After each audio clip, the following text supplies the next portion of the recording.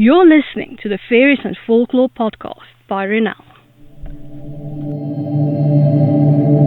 I'm dark fantasy author Ronel Janse van Vuuren. With nearly a decade of digging around in dusty folklore books, researching creatures of imagination that ignited my curiosity, I'm here to share the folklore in a nutshell and how I reimagined it for my writing in An Origin of the Fae.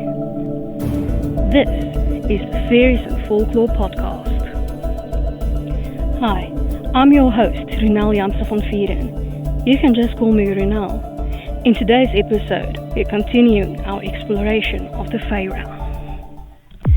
This episode is brought to you by my Dark Court Sisters book series, available in ebook, paperback and audiobook. 3 sisters, 3 destinies, 3 ways to destroy the world.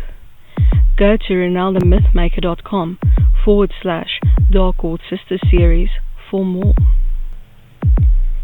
You can now support my time in producing the podcast, researching, writing and everything else involved by buying me a coffee.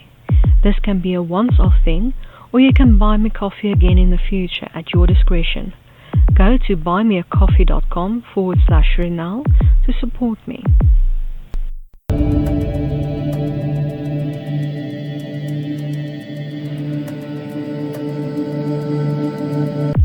We're continuing our exploration of solitary fae. Today's fairy, Oread. Folklore in a nutshell by Ronel. Simply put, the Oreads are the nymphs of the mountains, hills, caves, ravines, and grottos. They are usually found in the company of Artemis, but they were also associated with Dionysus, as he liked to party with all nymphs. Their name literally means mountain.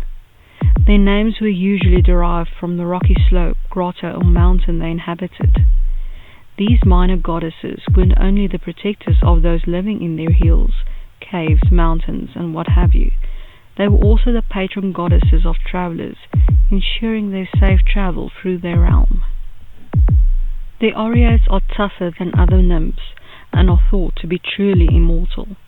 They are thought to be the keepers of the gems that come from their mountain homes, and that they give these as gifts to others, especially the gods of Olympus. As Artemis is the goddess of the hunt and prefers hunting in hilly regions, it is thought that the Oreads are part of her retinue.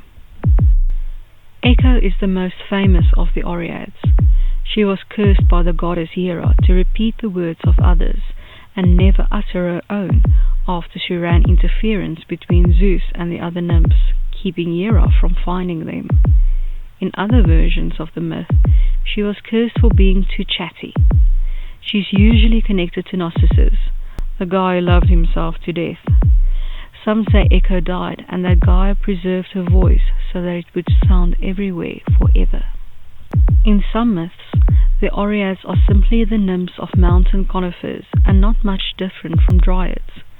As most forests were on the slopes of rugged hills in ancient Greece, it is understandable that these nymphs might have inhabited the trees too, as they are part of their domain.